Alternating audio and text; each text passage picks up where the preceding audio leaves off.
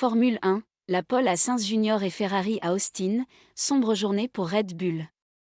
Carlos Sainz Jr. a offert à Ferrari sa première pole à Austin, pour le Grand Prix de F1 des États-Unis, et s'élancera devant Max Verstappen, dont l'équipe Red Bull, qui peut pourtant remporter le titre des constructeurs, a vécu un samedi noir.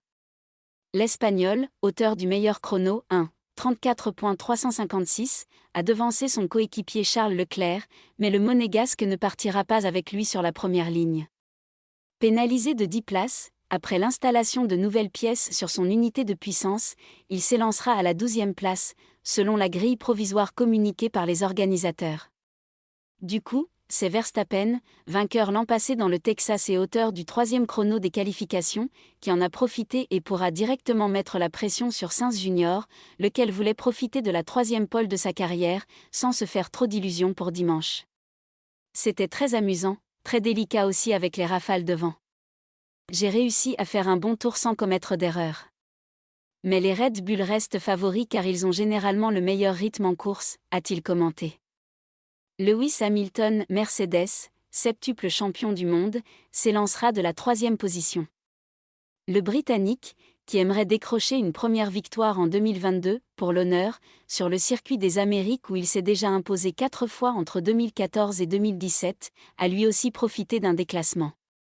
Celui de Sergio Pérez, Red Bull, auteur du 4e temps, mais pénalisé de 5 places, 9e, pour un changement de moteur au-delà du quota autorisé.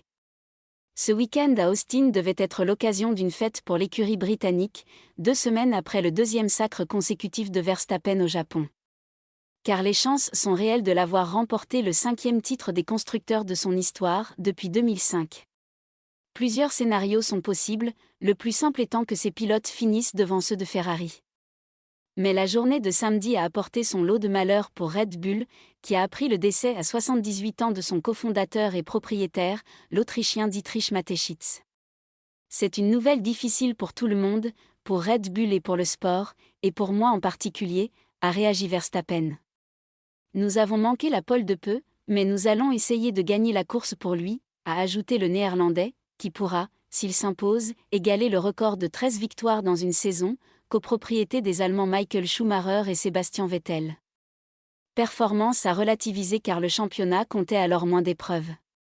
C'est très, très triste, beaucoup d'entre nous doivent lui être reconnaissants pour les opportunités qu'il a offertes, la vision qu'il avait, a dit Christian Horner, patron de Red Bull. En quelques heures, il a dû gérer 2 moments médiatiques très compliqués, puisqu'il venait de répondre aux questions des journalistes à propos de l'affaire qui agite tout le paddock depuis une dizaine de jours, concernant le dépassement du plafond budgétaire pour la saison passée, constaté par la Fédération internationale de l'automobile. D'ordinaire très à l'aise, il est apparu fébrile, peinant à se défendre face aux accusations de tricherie, conséquemment exprimées par le patron de Mercedes Zak Brown, une opinion partagée par la majorité des autres équipes. Selon la FIA, Red Bull a commis une « violation mineure », soit moins de 5% de la limite fixée à 145 millions de dollars et en cours, une pénalité financière ou sportive. Jeudi, l'instance a d'ailleurs formulé une proposition de sanction à l'équipe, qui peut refuser l'accord. En ce cas, l'affaire sera portée devant le comité d'arbitrage compétent, Cost Cap Adjudication Panel.